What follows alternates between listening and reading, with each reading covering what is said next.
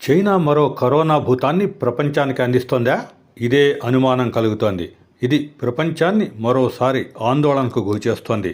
New year వేళ చైనాలో కొత్త వైరస్ వార్తలు కలకలం రేపుతున్నాయి. దీని బారిన పడుతున్న వేలాది మంది ఆసుపత్రుల్లో చేరుతున్నట్లు వార్తలు వస్తున్నాయి. చైనా సోషల్ మీడియాలో ఇందుకు సంబంధించి విస్తృత ప్రచారం జరుగుతోంది.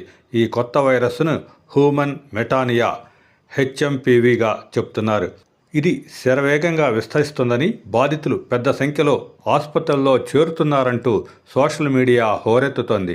అంతేకాదు, ఈ వైరస్తో పాటు ఇన్ఫ్లుయెంజా, మైకోప్లాసా, నికోమియా, కోవిడ్-19 వైరస్లు కూడా వ్యాప్తి చెందుతున్నట్లు చెప్తున్నారు.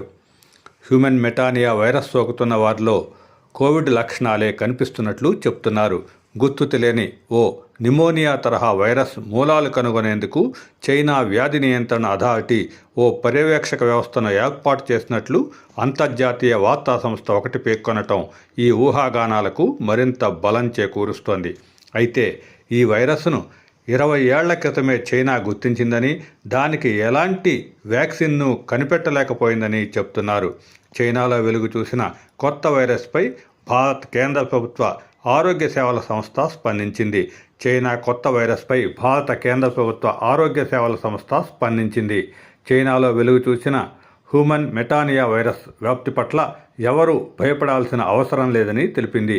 ఈ మేరకు డీజీహెచ్ఎస్ ఉన్నతాధికారి డాక్టర్ అతుల్ గోయల్ తెలిపారు. ప్రస్తుతం ఉన్న పరిస్థితుల గురించి ఎవరూ భయపడాల్సిన పని లేదన్నారు. శ్వాసకోశ సంబంధిత ఇన్ఫెక్షన్ల నుంచి కాపాడుకోవటానికి తగిన జాగ్రత్తలు తీసుకోవాలని ఆయన సూచించారు.